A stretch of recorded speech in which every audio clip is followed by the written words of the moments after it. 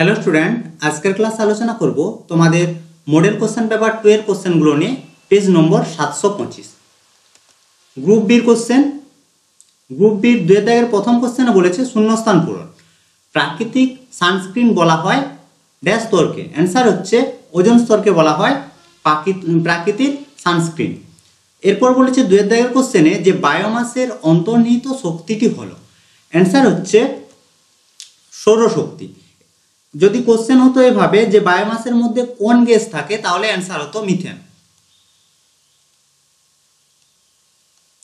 পরের কোশ্চেন দেখো বলেছে যে এলপিজির প্রধান উপাদান হচ্ছে বিউটেন পরের কোশ্চেন পিভি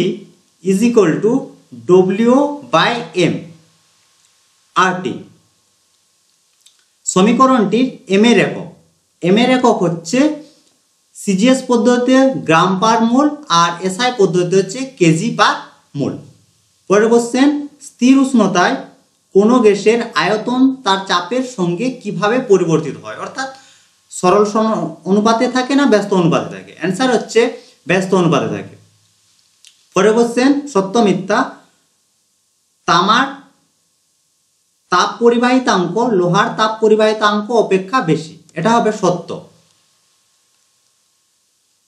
পরের কোশ্চেন দেখো একটি প্রাকৃতিক আলোকীয় যন্ত্রের নাম এটা হচ্ছে মানুষের চোখ হতে পারে বা যে কোনো প্রাণীর চোখ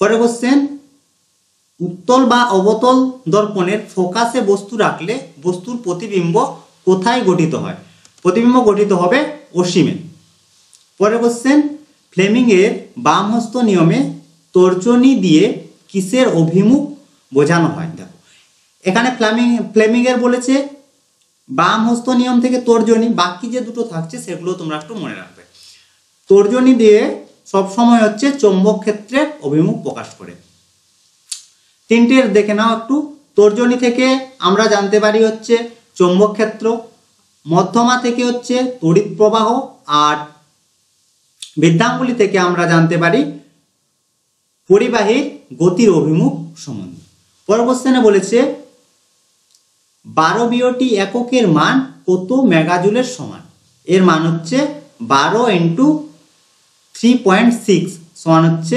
43.2 মেগাজুল এটা হচ্ছে आंसर পরের কোশ্চেনে বলেছে দেখো কোন আহিত বস্তুর আধানের সর্বনিম্ন মান কত হতে পারে এটার মান হতে পারে -1.6 × 10⁻⁻19 কুলম্ব পরের কোশ্চেন পারমাণবিক চুল্লিতে কোন ধরনের নিউক্লিয় বিক্রিয়ার সাহায্যে শক্তি উৎপাদিত হয় आंसर হচ্ছে নিয়ন্ত্রিত নিউক্লিয় বিভাজন সঙ্গে তোমরা নিউক্লিয় সংযোজন আর নিউক্লিয় বিভাজনের উৎসগুলো তোমরা জেনে রাখবে নিউক্লিয় সংযোজন ব্যবহার হয় হচ্ছে সূর্যের ক্ষেত্রে আর পারমাণবিক বোমার ক্ষেত্রে হাইড্রোজেন বোমার ক্ষেত্রে আর বিভাজনটা হয়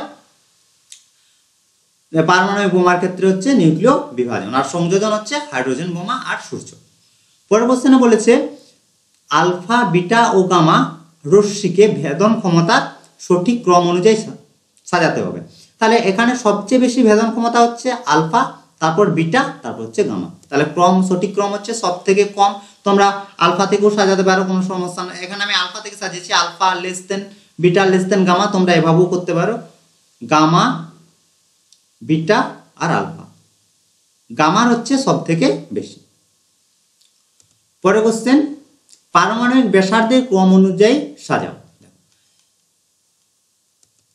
এটার आंसर হচ্ছে ক্লোরিন সালফার পটাশিয়াম অ্যালুমিনিয়াম এইভাবে এটা কিভাবে হয়েছে এর ক্রমটা তোমরা দেখে নাও এটা হচ্ছে তোমরা যদি পিরিয়ডিক টেবিলটা দেখো তাহলে পারমাণবিক ব্যাস বাম থেকে যখন ডান দিকে যায় তখন হচ্ছে কমে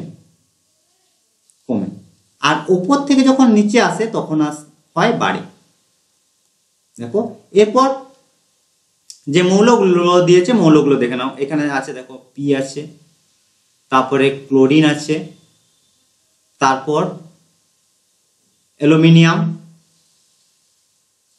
তারপর হচ্ছে সোডিয়াম পটাশিয়াম এইভাবে দেখো আছে বাম থেকে ডান দিকে তাহলে বাম থেকে যদি ডান দিকে যায় তাহলে কমছে আর উপর থেকে নিচে হচ্ছে বাড়ছে এভাবে যখন বাম থেকে যখন ডান দিকে, তাহলে সব থেকে কম, সব থেকে শেষে আসছে দেখো ক্লোরিন, ক্লোরিন, তাহলে ক্লোরিন হচ্ছে সব থেকে ছোট। আর সব নিচে আছে দেখো সিএস, তাহলে সিএস হচ্ছে সব থেকে বড়। বুঝলেন তো? টেবিলটা থেকে আমরা ভালোভাবে বুঝতে পারবো। প্রথমে তোমরা পারমাণবিক ক্রমাঙ্ক হিসেবে আমরা সাজিয়ে নেব, তারপর দেখবো বাম থেকে ডান দিকে যাচ্ছে না ওপর থেকে নিচে যাচ্ছে, সেই হিসেবে আমরা সাজাবো।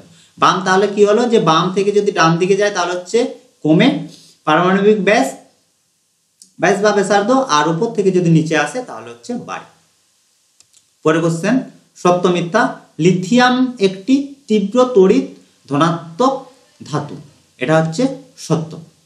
পরে কোশ্চেন, পর্যায় সারণীর প্রথম কোন পর্যায়ে ধাতু, অধাতু ও ধাতুকল্প 3 ধরনের মৌল রয়েছে? এটা ভালো করে পড়বে বলেছে, প্রথম কোন পর্যায়ে, 3 নম্বর পর্যায়ে, 3 নম্বর 4 নম্বর পর্যায়ে রয়েছে, কিন্তু বলেছে প্রথম, তাহলে 3 নম্বর পর্যায়ে হচ্ছে অ্যান্সার। পরের কোশ্চেন, একটি সমযোজী যৌগের উদাহরণ দাও যার জলীয় দ্রবণ তড়িৎ পরিবহন করে। আমরা জানি HCl, যা তড়িৎ পরিবহন করতে পারে জলীয় দ্রবণ, এটা হচ্ছে অ্যান্সার হচ্ছে HCl। পরের কোশ্চেন বলেছে যে প্লেটিনাম ইলেকট্রোড ব্যবহার করে অম্লায়িত জলের তড়িৎ বিশ্লেষণের ক্যাথোডে বিক্রিয়াটি লেখো। দেখো, প্রথম হচ্ছে আমাদের জানতে হবে যে জল H2O এটা ভাঙে H প্লাস আর হচ্ছে OH মাইনাস, এটা প্লাস প্লাস যায় মাইনাসের দিকে আর মাইনাস যায় প্লাসের দিকে। তাহলে আমরা জানি ক্যাথোড সবসময় হয় মাইনাস, আর ক্যাথোড হচ্ছে কি মাইনাস, আর অ্যানোড হচ্ছে প্লাস, তাহলে মাইনাসের দিকে যাবে প্লাস, তাহলে এখানে প্লাস আছে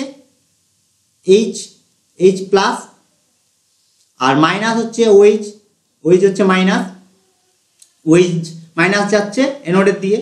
তাহলে আমরা পাবো এখান থেকে 4H প্লাস প্লাস ইলেকট্রন নিচ্ছে, তাহলে 4E থেকে আমরা পাই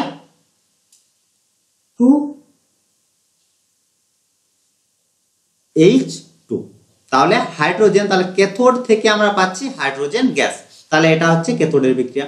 একই রকম ভাবে অ্যানোড থেকে পাবো আমরা মাইনাস ইলেকট্রন বেরিয়ে যাচ্ছে, থেকে পাচ্ছি 2H2।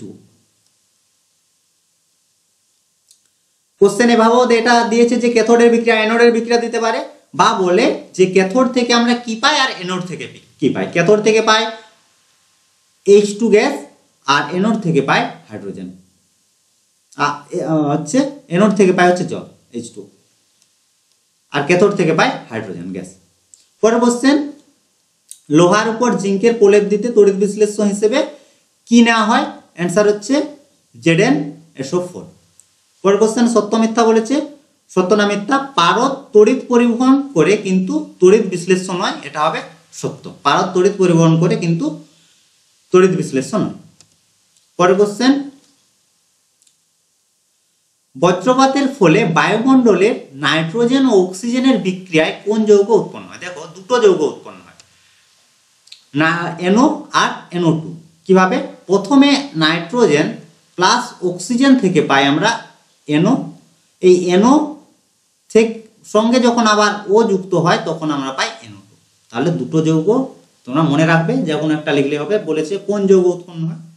পরের কোশ্চেনে বলেছে অসওয়াল্ড পদ্ধতিতে HNO3 শিল্প পদ্ধতিতে ব্যবহৃত অনুঘটকটি কি? অ্যান্সার হচ্ছে FeTrH তারজালি, বা তোমরা লিখতে পারো প্লেটিনাম তারজালি। পরের কোশ্চেনে বলেছে তড়িৎ বিশ্লেষণ করে ধাতু নিষ্কাশনের একটি উদাহরণ উল্লেখ করো। অ্যান্সার হচ্ছে অ্যালুমিনা থেকে অ্যালুমিনিয়াম নিষ্কাশন। তাহলে কি? অ্যালুমিনিয়াম নিষ্কাশন হচ্ছে তড়িৎ বিশ্লেষণ করে ধাতু নিষ্কাশনের একটি উদাহরণ। পরের কোশ্চেন, দার্শনিকের উল কাকে বলা হয়? অ্যান্সার হচ্ছে ZnO, জিঙ্ক অক্সাইডকে বলা হয় দার্শনিকের উল। পরের কোশ্চেনে বলেছে LPG সিলিন্ডারে দুর্গন্ধযুক্ত পদার্থটি কি? ইথাইল মারকেপটেন হচ্ছে দুর্গন্ধযুক্ত পদার্থ। তোমরা ভুল করে না হলে লিখে আসবে মিথাইল মারকেপটেন, এটার সঠিক উত্তর হচ্ছে কিন্তু ইথাইল মারকেপটেন। পরের কোশ্চেন ইউপ্যাক নামকরণ লেখো CH3CH2COOH, এটার অ্যান্সার হচ্ছে প্রোপানোয়িক অ্যাসিড। পরের কোশ্চেন সরলতম অ্যালকাইন কি, এর আইউপ্যাক নাম কি? দেখো সরলতম অ্যালকাইন সাধারণ সংকেতগুলো তোমরা যদি মনে রাখো তাহলে ভালোভাবে করতে পারবে। দেখো সরলতম অ্যালকাইন, তাহলে অ্যালকাইনের সাধারণ সংকেত হচ্ছে CnH2n-2। সরলতম যখনই বলবে তখনই দেখবে n এর মান সব থেকে কম, তাহলে n এর মান সব থেকে কম 2, তাহলে তার সংকেত হচ্ছে C2H। দেখো 4 থেকে 2 বাদ দিলে হচ্ছে 2, তাহলে C2H2 এর সাধারণ সংকেত পেয়ে গেলাম। তাহলে এর সাধারণ নাম আর ইউপ্যাক নাম। এটার ইউপ্যাক যদি নাম বলি তাহলে হচ্ছে ইথাইন ইথ, আর হচ্ছে অ্যালকাইনের জন্য আইন, তাহলে ইথাইন। ইথ হচ্ছে দুটো কার্বনের জন্য ইথ, আর এর হচ্ছে সাধারণ নাম হচ্ছে অ্যাসিটিলিন। তাহলে সরলতম অ্যালকাইন হচ্ছে এর সাধারণ নাম হচ্ছে অ্যাসিটিলিন, আর ইউপ্যাক নাম হচ্ছে ইথাইন। বোঝা গেল কিভাবে আমরা সরলতম বের করব। একই রকম ভাবে এখানে বলেছে অ্যালকাইন, অ্যালকিনের ক্ষেত্রে এটা হবে। তোমরা শুধু এই সাধারণ ফর্মুলাটা একটু মুখস্থ করে নেবে, আর সরলতম যখনই বলবে তখন দেখবে যে n এর মান সব থেকে কম কততে হয়। এখানে আমরা যদি অ্যালকিনের কথা বলি তাহলে n এর মান আলাদা হবে, অ্যালকাইনের ক্ষেত্রে আলাদা হবে, ঠিক আছে? তাহলে এটার অ্যান্সার বোঝা গেল। তো এই ছিল আজকের ক্লাস। আশা করি আজকের ক্লাসের কোশ্চেনগুলো তোমরা বুঝতে পেরেছো। যদি কোশ্চেনে কোনো সমস্যা থাকে অবশ্যই কমেন্ট করে জানাবে। তো আজ এই পর্যন্তই, তোমরা সবাই ভালো থেকো, বাই বাই।